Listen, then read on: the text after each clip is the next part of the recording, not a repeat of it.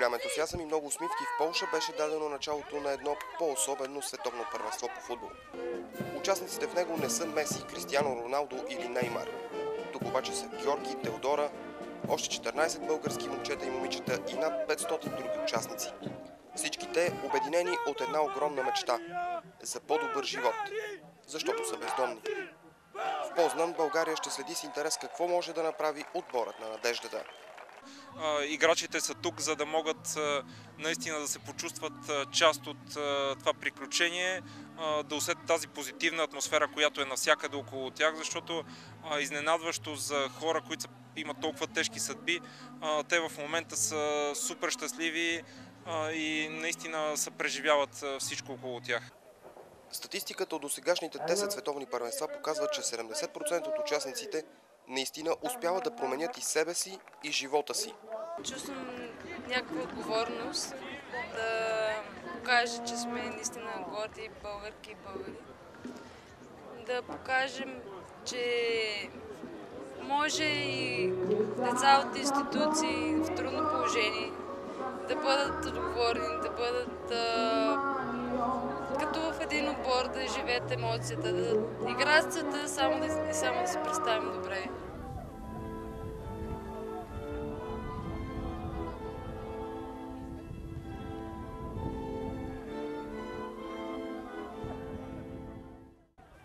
Тук няма място за съжаление.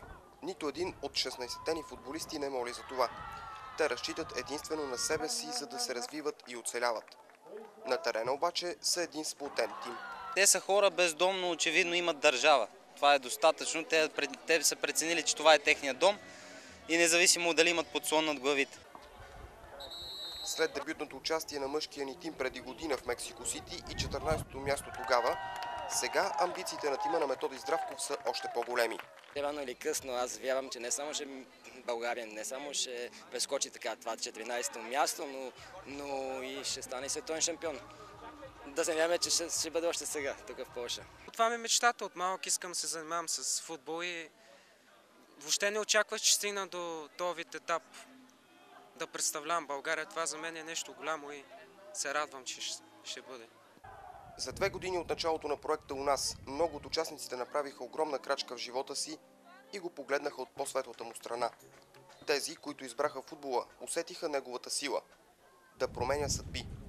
Надеждите тук не са някой да бъде Меси, Кристиано Роналдо или Неймар. Те искат да бъдат Георги и Теодора, но мечтаят да се реализират и да намерят своето място в обществото.